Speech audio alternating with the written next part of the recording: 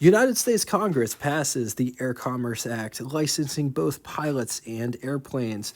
The College Board administrators administer the first SAT test for college and university admission, and 12 cars loaded with gangsters open fire at the Hawthorne Inn, which was Al Capone's Chicago home base. Only one of Al Capone's henchmen was injured. The year is 1926, and this Chevy Superior could be had down at your local Chevy dealer. But before getting into this one, I'm your host, Jay. Welcome to What It's Like, the automotive channel that shows these cars from the past in mini documentary format. History, specs, design. We post between 4 and 5 episodes a week with engine episodes peppered in, as well as company histories.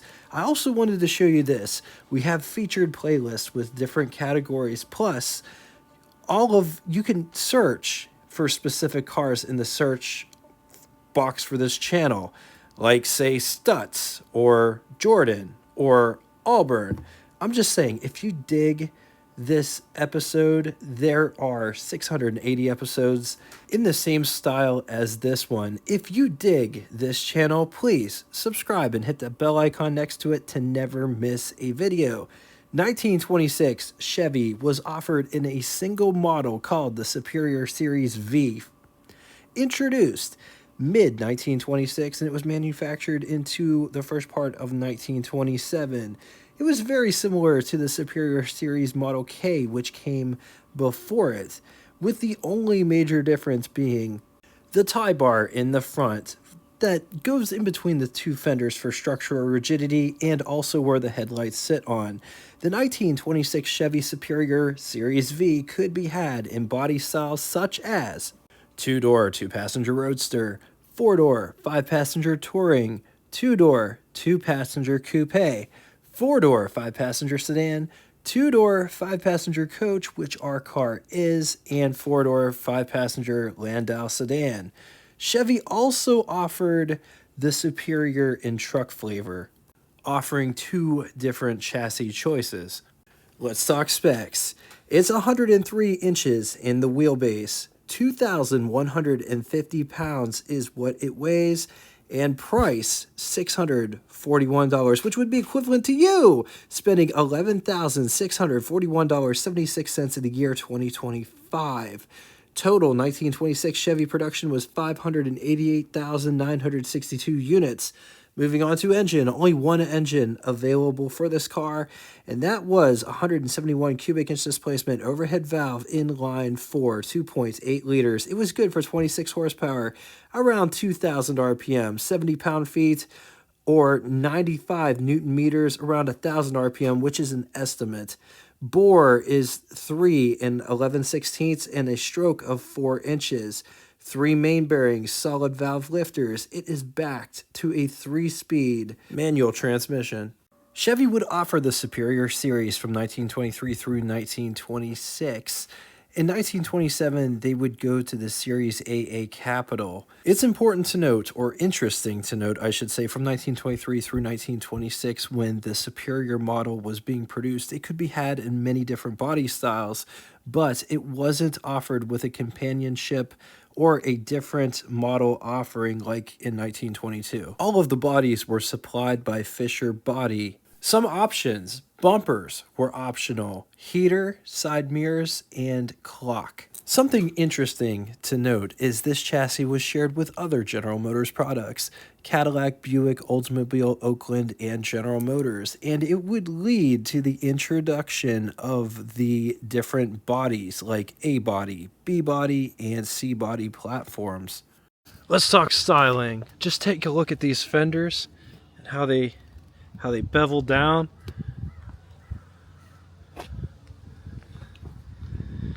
So you got the headlights mounted to the brace bar that goes in between the two fenders for structural rigidity so they don't flap going down the road. But just check out those headlights. They're pretty massive. 7.5 inch hand. I love the fact that you can see all of the veins inside that headlight design.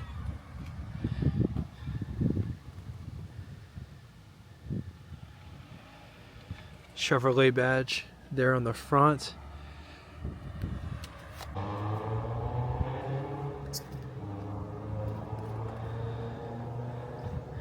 This car doesn't have any bumpers. Just check out where the chassis comes out to. There is modern, we were talking earlier, modern Zerks were fitted for lubrication. Leaf spring, front suspension. Everything is accessible here. You can just grease at will. Nice wood spoke wheels. Let's take a look at that fender profile, how it goes down into the running board. Painted headlight buckets.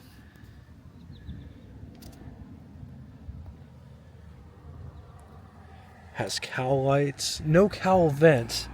The windshield opens upward, which is super interesting. Has a single windshield wiper. Has an external cowl vent. Drip rails that run from here and they go all the way back to the end. This car doesn't have any side mirrors. 3 hinges on the door. There's 1, 2, and 1 more down there.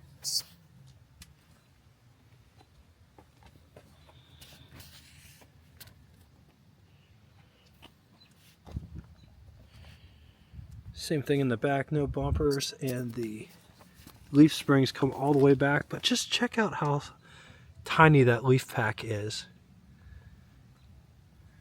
Gas tank in the back.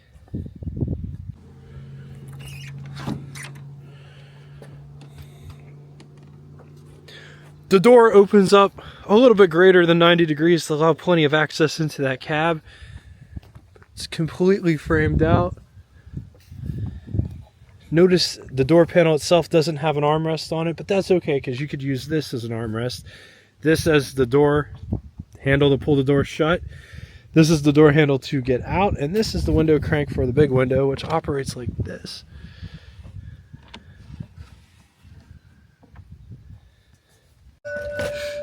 Oh yeah, he's got this bell on the bottom of the floorboard, which is actually a board. It's not original to the car, but my papa told me he remembers there being a bell on it at one time. And there was a hole there, but that I bought that at her. It's got the 6-volt battery in the floor for weight distribution, probably because there isn't enough space underneath the hood for it. But man, look at that transmission. Look how small that is. Tiny transmission. Also, while we're down here, we might as well talk about the pedal box. Got the clutch, brake, gas pedal, starter button up there, gear selector, which has the it's a H pattern but reverses up top, first, second, third, hand brake, emergency brake. Up here for the buttons and switches and knobs. Oh, this is for the windshield wiper, which is up here. Then you got your closed and open for advanced and retard settings and more ignition stuff. That's where the key goes.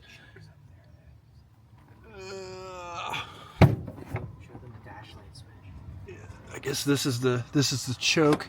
The dash light's right here, and Blaise was telling me if you want to see the gauges, you could do that, or you could take this off and see the map. Useful feature.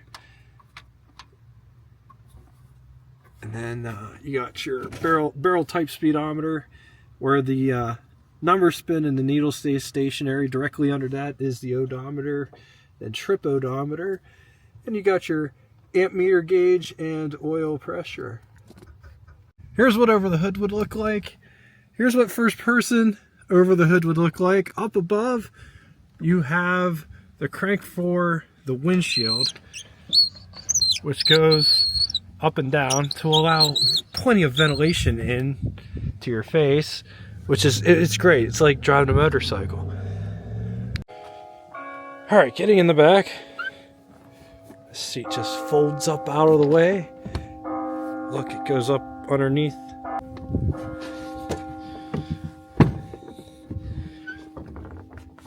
here is what the front looks like from the back.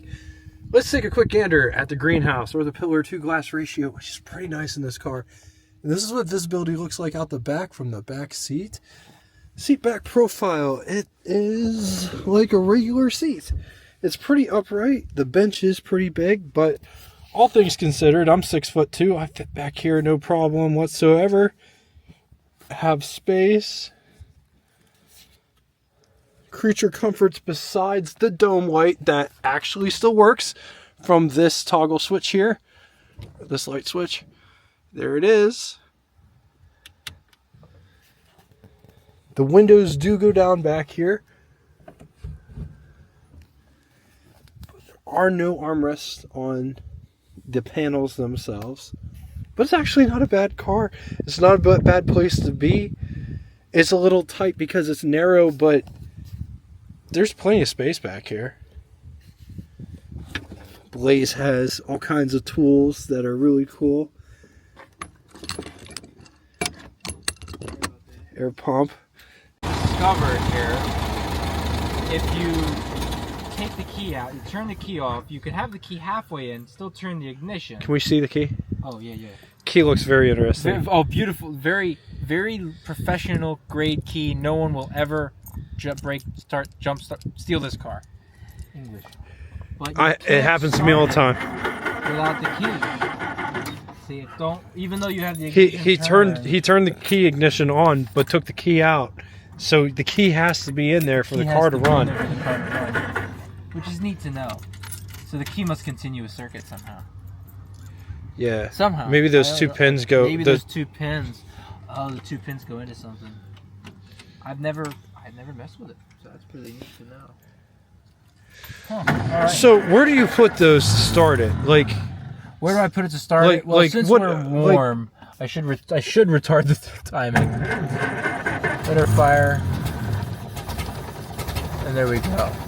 Let her warm up a little bit. I can bring this up. Can that work as a primitive cruise control too? Oh yeah, and I use it too. It makes a great cruise control. Oh. Uh-oh. Make sure she stays running here. Yeah. I might have advanced it a bit too much. But all right.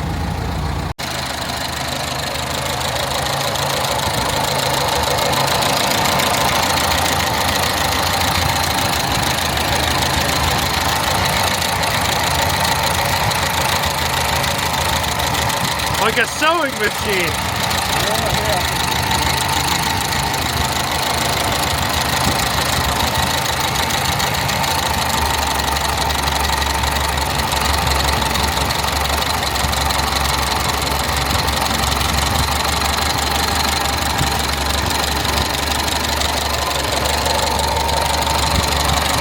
So you got the generator down here and the fan, updraft carburetor. What's it like to have a gasoline, like a fuel, vacuum fuel pump? Is it It never goes bad. I've never had an issue with it. The only issue I've ever had is with the electric fuel pump, where the electric fuel pump got written in the filters, and this thing doesn't have enough suction to pull through the filter. So how does that work? Like, I can actually show you. I've had it apart several times. okay. But so how it works here is inside of here there's another canister that a float sits in, a brass float, and then right here is a valve, a small valve. And so as the vacuum sucks, the vacuum pulls in here. This goes to your wiper, so pretend that doesn't exist. As the vacuum draws off the engine, it sucks fuel up. Now this tube just comes to the top, but this is a negative pressure zone. So fuel from the back just naturally wants to get sucked up and in, and then it pulls in. As it fills up this tank, the float comes up, and then it shuts off the vacuum valve here, because it's easier to shut off the vacuum valve than it is to shut off the fuel. That way no vacuum is pulling on the tank anymore, and then gravity feeds it down into the sediment bowl and down into the carburetor. How cool. Let me lock my wheel here so it doesn't drift away. So he's got this anti-theft device. If I can get the right key. This is how you kept your cars from getting stolen back in the day. Because there's no locks. I could actually turn the ignition without even having a key in it. So that's what you did. Okay, so That is quite the arm on that oil this is oil so can. I don't burn myself when I'm So this end here is tapered to go into the little holes here. You see this hole, and then there's channels inside here. Well, this is scored, and so then I can take this here and I can pump the oil in, and you can see it coming. You can see a little bit of it coming out. Maybe it might work better on one of these here. Slide it back. So you do that every... I do it every about 500 miles, it says in the book. Oh, I didn't know if you did it every There you can see it many coming out the miles. side a little bit. However many miles, or every time you get in? No, I just do it like every third car show or every 500 miles. And then I take a little bit of oil and I squirt it on top of these guys here. And I squirt a little bit in here. Very oily engine. But yeah, but it's a nice. It's a really nice. It's simple, but I mean it's original. This has never been taken apart. Do you have any problems with it, like getting all like gummed up or anything like that? Do you have any issues with carbon buildup on the valves? No. Do you have any problems with dust getting into the valves? No, actually I don't, because it has these plates at the bottom here. So I've never had an issue with any dust in the engine bay at all. And I've driven this thing through fields and stuff when I probably shouldn't have, like with corn and everything. There might even be some remnants of. But if you look at the exhaust pipe, you can see that it's pretty clean. Do you just get a turkey baster and suck all that out, or does it just dry out? It just dries out eventually. I've never sucked it out yet. This is a one-way oiling system. You just keep adding. You don't worry about where it goes. You just keep adding. This is really neat though. This 1926, this is basically the same engine as they had in 25, has one exhaust port. All four cylinders do one exhaust port. They were very prone to overheating, and they would crack. So a lot of these Chevys, they've swapped the heads to a 27 or 28 head, which has the 4 cylinders but has 2 exhaust ports coming out.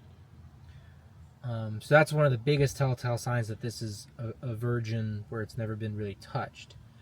Another thing is that I have the original spark plugs. Man, it looks like it'd be so simple to work on. I mean, just just release all those bolts and then the head comes off. Yeah, I don't know. My dad had it apart once to clean it, make sure everything was good, because it sat from 1964-5 to 1995, give or take.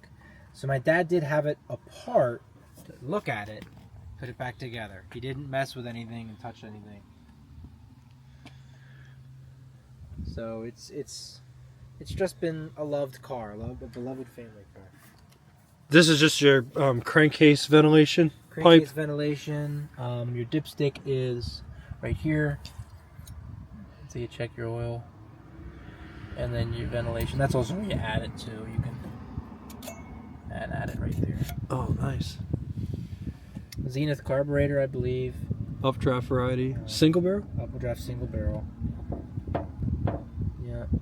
The spark plug wires are intriguing because it looks like you just take that little nut thing off and wow, you don't even have to take it off. It just slides right on. I tighten them down. Can you get those spark plugs? I have no idea. I have a box of the old spark plugs, and so if these ever go bad, I'm going to take them apart. But actually, this one here, I found out the porcelain is cracked, and someone just threaded it and screwed it back together.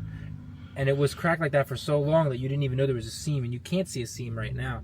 But when I accidentally flooded the motor because I left the fuel on, and it drained into here, and then it filled up and drained into there.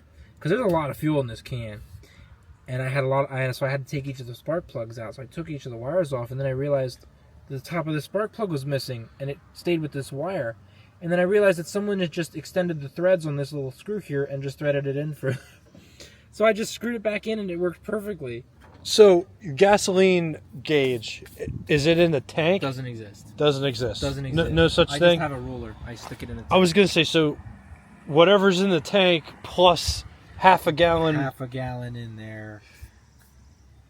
That's cool. And then all these are for the adjustments. Advancing and retarding. So this is your throttle here. This is your advance and retard, which turns the distributor on the other side. It goes between the 2 cylinder banks. If you look, it goes between them. It moves the distributor. Oh, that's cool. And then your choke is this right here. I don't know if you can see that moving. Yeah, it's moving the choke on the lever on the carburetor. Cool. How cool. And then there's your starter right there. Yeah, and everything. You can replace everything without. And everything has an oiling cup. I Ease. oil everything every so often. This, I think I got to put new cotton in there. Is that a Delco generator? Everything's Delco. That's right. When did General Motors buy Delco? Oh, really early on. It probably had to be in the teens, I think, because I know a 1917 Chevy has the same stuff. I'll show you the other side. Did you guys? That's a video. Yeah, Oh, you're that's a getting video. That's a video opportunity on Video Delco. Delco. That is a video opportunity. Dayton Engineering. I don't exactly remember what it means, but it's Dayton something. I don't know if that is original. The Bakelite might have gone bad and it might have been replaced since then. I don't know. But I know that's original. Tar packed coil. Oh wow. Yeah, the other side looks so pristine, and this side is kind of, no offense, kind of sludgy. Kind of sludgy. I was wondering. The oil coming out of these. Look, this guy's Yeah. bearing goes coming out. I just noticed that now. It's probably been like that for years. Push rods, you can see they're all external. I just wondered if you ever had any issue with like dirt getting into the push rods, because that's always been a topic of contention in the comment section. Really? Yeah. Huh. No, I've never had an issue. Well, see, look at all these pans they got in here. All the pans and everything's kind of shrouded for cleanliness. And I bet when this thing was all sealed up and brand new, barely any dirt got into the engine bay. So, what is this for? So this is my heater. I have an original factory heater. I was wondering if that honeycomb heater. I'll show it to you. I was like, and it works nice. I was gonna say this is. But it doesn't get real hot. But it works nice. It works nice, but it doesn't get hot. So how does it work nice if it doesn't get hot? It means that I don't get overheated in the summer. I think it keeps the radiator really cool. These are original radiator hoses. Look at that. Yeah. You could tell You that. can't even get Oh, radiator look, I just hoses noticed to work. I have a leak here. Radiator I have a hoses leak. don't last. They don't last this 2 long. years. These are original hoses. I love the way they just punched holes into the firewall. Sometimes they don't even last the trip home. You put them on your car and it leaks. Yeah. Now, a neat thing on this, now this is a newer exhaust, so this isn't what it would have looked like originally, but it would have been very similar to this setup here. Well, actually, I think this is original, but this has all been changed. This is original. I think this might have been original. My dad might have put this back on. But originally, you would have two different types of... You would have a can that goes around the tank, which air would flow in through here as a filter, and then flow into the carb. So heated air goes into the carburetor. Or you would have a can up here with a filter and a tube that would go down, and heated air would go to the carburetor. Those are the two different types. I don't know which was from which year. I've seen them both on a lot of Chevys. And I don't know which one's original. I guess that is the water pump, the fan and water pump combo. I think so. Because I don't see another water pump anywhere else. I don't. And here's how you pack your distributor bearing. You just turn that in with grease every now and then. It's just a grease cup. You put grease in there and then tighten it in. Oh, cool. Yeah. That's how all the fittings on this car were done this way. Where do you put the grease in that? So you just take this all the way off. Oh. Pack it And full pack of it. grease and then screw it on. And I need to do that because pushes. look, it's all the way in. Yeah, I was like, there's not that much grease in there, Blaise. It's starting to. I got some resistance now. Okay, but all the fittings were like that on these old cars. Now my great grandpa changed these to be Zerk fittings on the shackles and stuff. So that's why you have the more updated fittings. Even people now don't even know what a Zerk fitting is. Zerk. Yeah, they don't. Do they have Zerk fittings on cars? Modern cars? I think so. I don't know. They usually just pack the bearings and then for a lifetime, and then whenever it dries out, you get a new one. 55. That's what's it coming out of the barn. Oh wow! Which was parked there for 40 years. See how low the barn roof is? The barn settled around the building. It settled. That was a cloth that was over it. Where's a good picture of it here? There's a good picture. Right here. There's my pop-up, which you've seen him earlier. Yeah. Getting out of the farm in Elysburg and took it home. Because they were selling the farm, so he wanted to take that home before they got rid of it. Man, that's awesome. And then, yeah. Where in the world? Oh, everything else decided to leave the folder. This is something you don't see. These are original books you had gotten with this car. Oh, wow. Now, this one's a reproduction. But these are the 2 original books that came. Instructions, and then this is a repair manual which you could have opted to get. Oh, that's awesome. And I think it's funny here. Let's see. It says somewhere in here that it is your, for 99% of the problems, it's actually, it's the driver's fault. Yes. But listening for motor knocks here tells you how to listen with a screwdriver, listening for motor knocks. And I mean everything. How to you could rebuild your engine with this book. Shows you everything about everything there is to know. It's sad the world we live in now. They don't tell you any of that stuff. It's like, see your mechanic. Yeah. Go to your Go to your showroom. mechanic. And then this is And pretty wait. funny. I can't believe that this car isn't illegal, because here's the VIN plate in my hands. This is the Superior K version. Car number 12V 2011. So it's just neat. It's neat that we have all this stuff, and it's original, one family. Here's instructions on how to use your car. There's your, just oil these spots every so many miles. Just that's your oiling list. Oil those every so often. Like here, 2 or 3 drops of light oil every 500 miles. Rotate steering knuckle with heavy every 250 miles. Clean wheel bearings and pack with greaps twice each season. It's so funny. Just do these. Oh, I guess that is the original exhaust. See, there's your cleaner on there. But see, now what confuses me is this covers, or is this just they decided not to put the valves in the picture? I feel like they probably just didn't put the valves in the picture, because everything else is so detailed. You said it was They were an option. optional, because some pictures have what looks like covers, which was an option, and some pictures have no covers. So I don't know if they just decided to not draw them. Yeah, in they some just of drew the drawings. cover because it was faster, easier. Yeah. faster and easier. But I love it here. So I want to try to get an old glass pack battery, because it says keep plates covered with solution by adding distilled water weekly in summer and every 2 weeks in winter. Like, I want to get a glass battery, and so I can actually have a true, because I can hand crank this thing without a battery in it, and it runs. Well, barely, but it runs. But Does this have it's just magneto? so funny. No. Well, it might actually. I never checked, and I never looked through the book to care, because I always had a battery in it. But it might have magneto, or some magneto. No, it doesn't have a switch to magneto, so no, it doesn't. It's just battery. But it has run with a completely dead battery, like battery completely dead, and I cranked it over and it ran. So I think the generator must output enough power to then flow into the battery and then flow and keep it running. Did you kickstart it to get it going when No, the I have a battery hand was crank. completely dead? Oh. I crank it. It's really easy to crank start this thing. Test your strength. I never cranked a car. I wanted to backfire. I'll be the one that backfires on. This still works. I used it to take out a wasp nest the other day that was in the garage. Oh, wow. And I don't know what the hell is in this stuff, but it smells rancid, and it's definitely poisonous.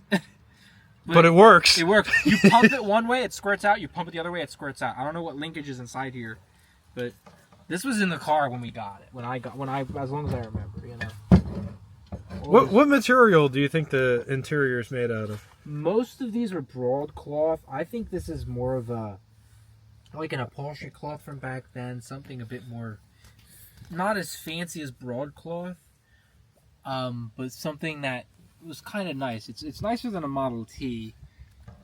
It's not mohair. No, it's not mohair. It's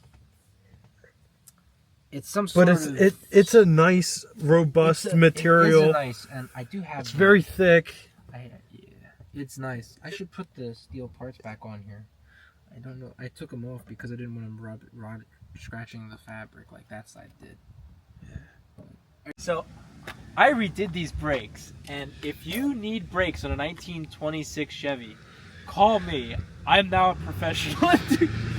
It took me like 10 times to do these, but this is a woven brass material that is also infused with some copper, and then it is riveted to the steel bands that go around the brake drum. I used to see all the original brake parts. The only thing I changed was its brass rivets and woven bronze, well, brass or whatever you want to call it, cloth.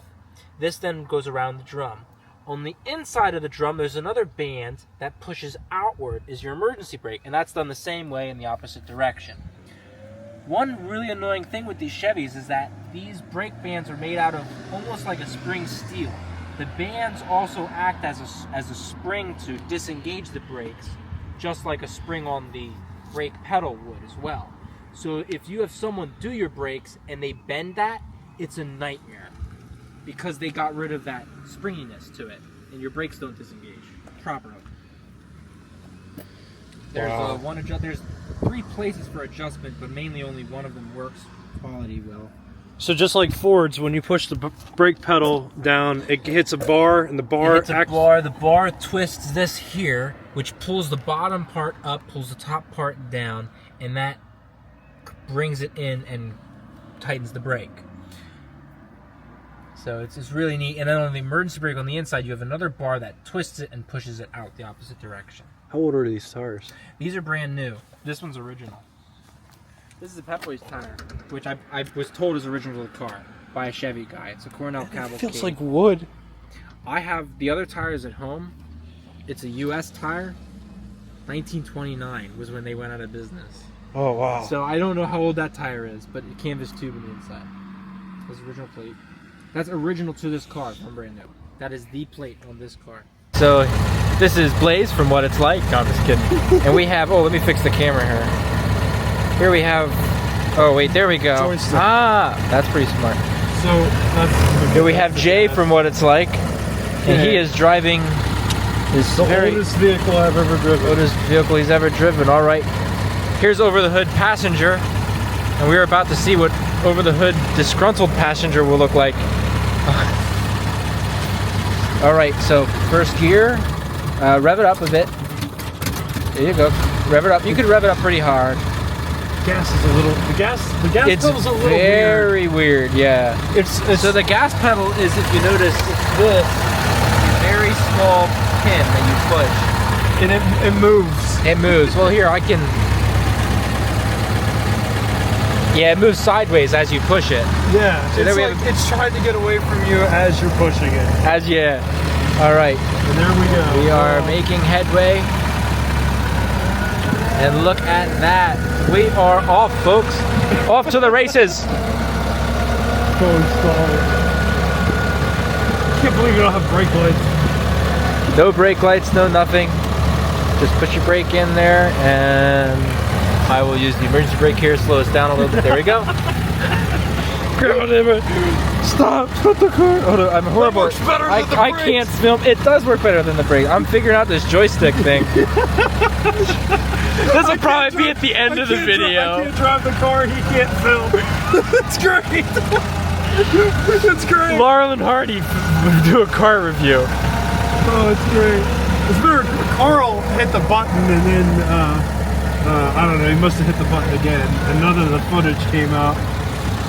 But this is actually really cool. It's a very nice car to drive. Aside from the brakes are kind of weird. The brakes are kind of weird. Yeah, everything's a bit weird. So we can. Here we go. Keep her going there. Going backwards, and I was getting scared. Yeah, don't go off the cliff there. No. Someone did that one time. There's cliffs everywhere here, though. Yes, we tried to be in a period correct area here. Don't worry, we have the power of God. He's helping us.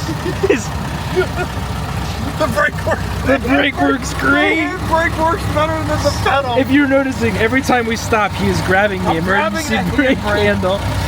Because it works. It works so good. The brake pedal does it. All right. All right, you want me to drive us to the deli? Yeah. The deluxe heater down here. There it is, the deluxe heater.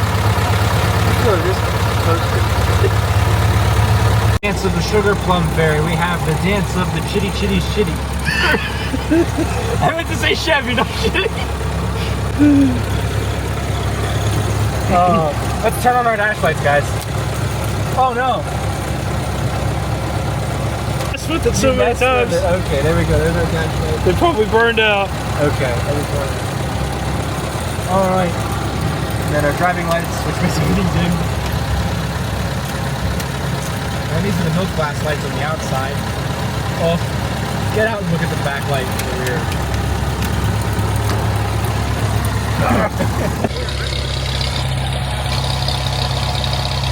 Yeah, it's just a running light. Are those your bright lights?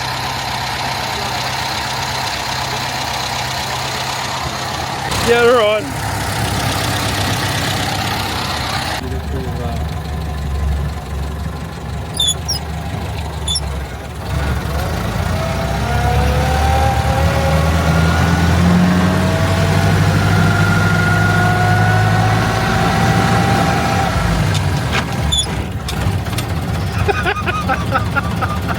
Oh no! We don't have enough power to get up the. We don't have enough power to get up the hill. I'm too used to the Buick right now. Dude, Scotty, with 4 more cylinders. Yeah, it's double the engine. Triple the horsepower. At least.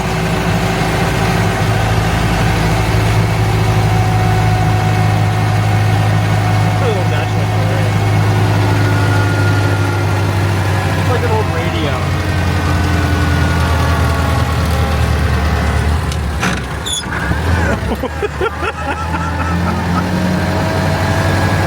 You flew forward. And you didn't hit nothing.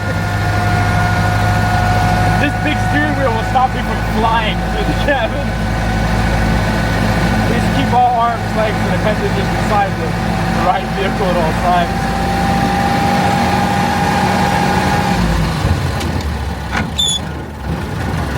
I absolutely love the stonework on these buildings around here. It's absolutely gorgeous, man. Just take a gander at that.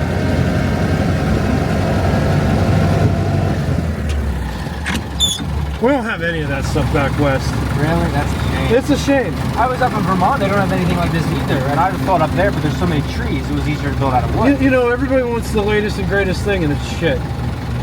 Yeah. I mean, this is, you know, there's nothing, no amount of money will get you the same amount of fun as this car driving through these woods will. Yeah, it's the most fun that you can have. Yeah, there's nobody else on the road. We can really do whatever we want. It's the most fun. It's the most fun you can have. It's the most fun you can have at 30 miles an hour. Oh yeah. Or 25 or whatever we've been going. I don't know. Right now we're going 79. So. Yeah, I think that's a bit optimistic. We're zero. We're good. We're 75 mile per hour speedometer. The styling of this car is so good that it looks like we're standing still and we're moving. I don't think this was tested in a wind tunnel. It's not aerodynamic going in reverse. That's a Studebaker. It's a Studebaker. Yeah, it is. Alright, we want to check out the Ultraschlag. It's such a nice night. It's not hot. It is a beautiful night. No rain. And in the garden. I know that was bad. That's hot. Too many bees around here.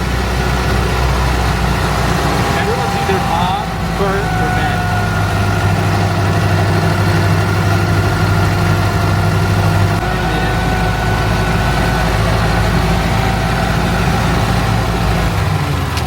There's a deer. Just resting, just chilling there. We can go to the Arctic. The gate is open right in front of us. Straight down the hill. Alright. Welcome to Jurassic Park. Alright, here we go. This will be some good footage because we're going down an old road. This is what this car would have probably seen. But there's nothing across this gate. No, okay. Oh yeah, pull a Jay Leno and just drive through but he was on a motorcycle. Yeah. And that should be illegal. You shouldn't be allowed to put a chain rope across without a flag. Oh my gosh, yeah. He's lucky he survived. Yeah. Is this just the end? Oh shit, I've never actually been down this one. I've been up the other one. You always turn around. It just ends. It's just a wall of trees. Oh no, there's no way out. Oh. Well, maybe it turns. It does look like it turns. Where does that way go? Oh, that goes to a gate. That gate's closed though. We shall find a way out. This is actually really cool. It's probably illegal. So this is the old homestead here. We're taking the back way out. This is the roads that this thing would have drove on. You see, it's like barely a road.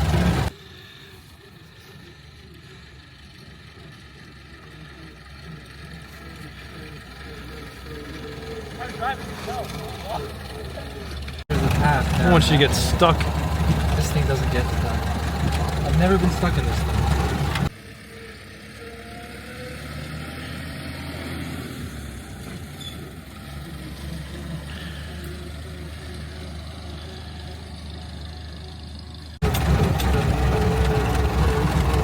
Should we follow the path or just stick to... I'm sticking to this.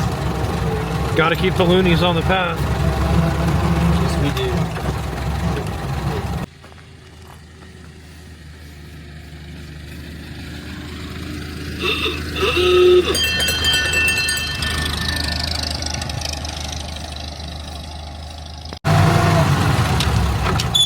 This is the type of roads that would have been driven on. Oh, I need fuel.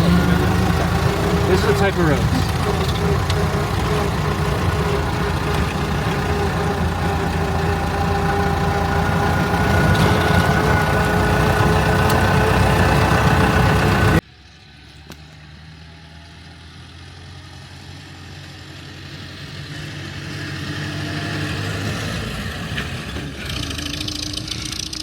I really hope that you guys enjoyed this episode. Before getting into the positives and negatives about this car, I want to tell you a bit about Blaise.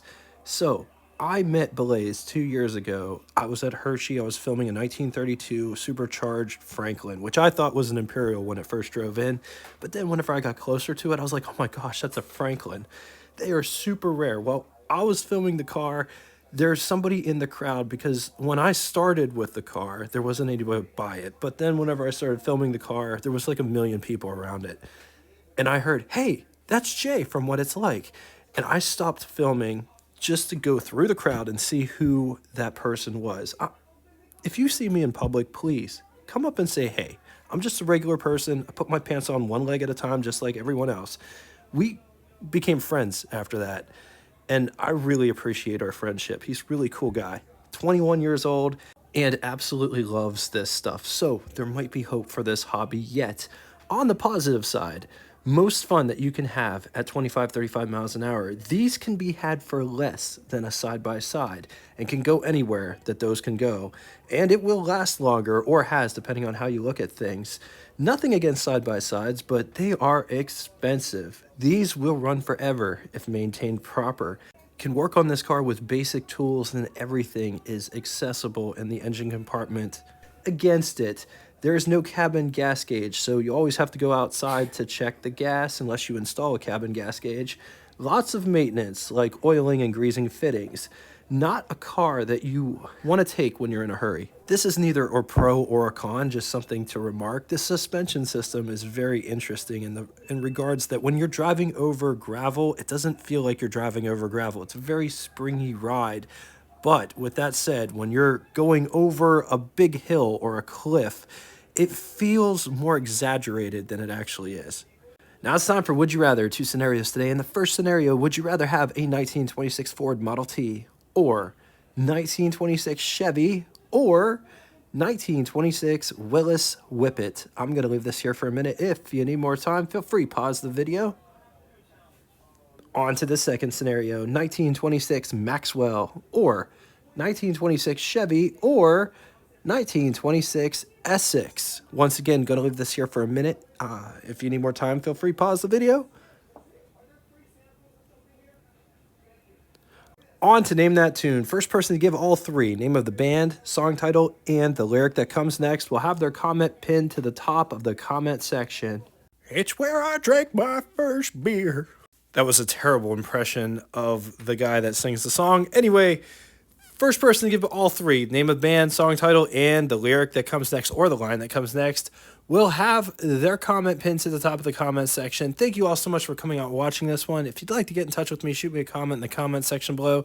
I read and answer all comments posted because this is way more than a car channel. This is a car community that I am a part of. Thanks again, Blaise, for this opportunity. I'm so happy to call you my friend. Till next time, everybody. Toodaloo!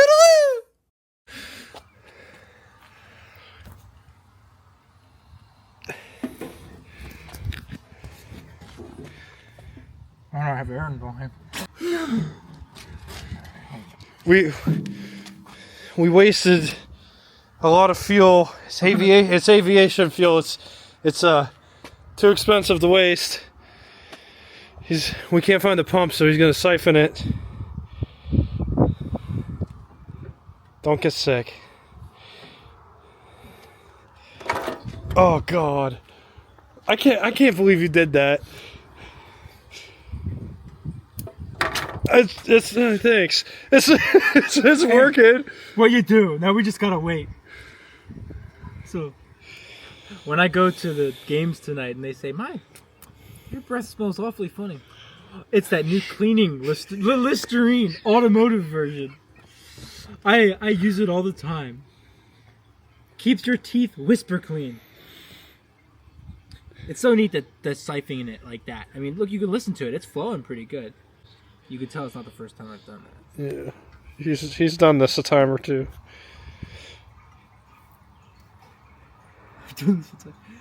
I've siphoned it out of this tank already because the fuel pump went bad.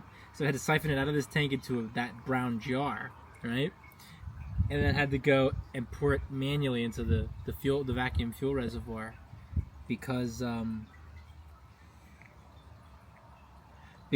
electric fuel pump got clogged so bad that fuel couldn't go through it. The vacuum fuel pump couldn't pull the fuel through. Which I had a passenger with me, it was an old lady too, was having a ball. She was laughing her butt off. Well, we're about half a tank down already. This is how you used to pump gas back in the day. You had those big towers, and you can crank it up into the tower to the amount you wanted, and then you just open the valve and it gravity drained down into your tank. Pretty neat. It's pretty cool. If you're still here after all the shenanigans, welcome to the after show. This part of the video doesn't have any sound or commentary, but enjoy this car and see it in its entirety next to a church in eastern Pennsylvania. Enjoy.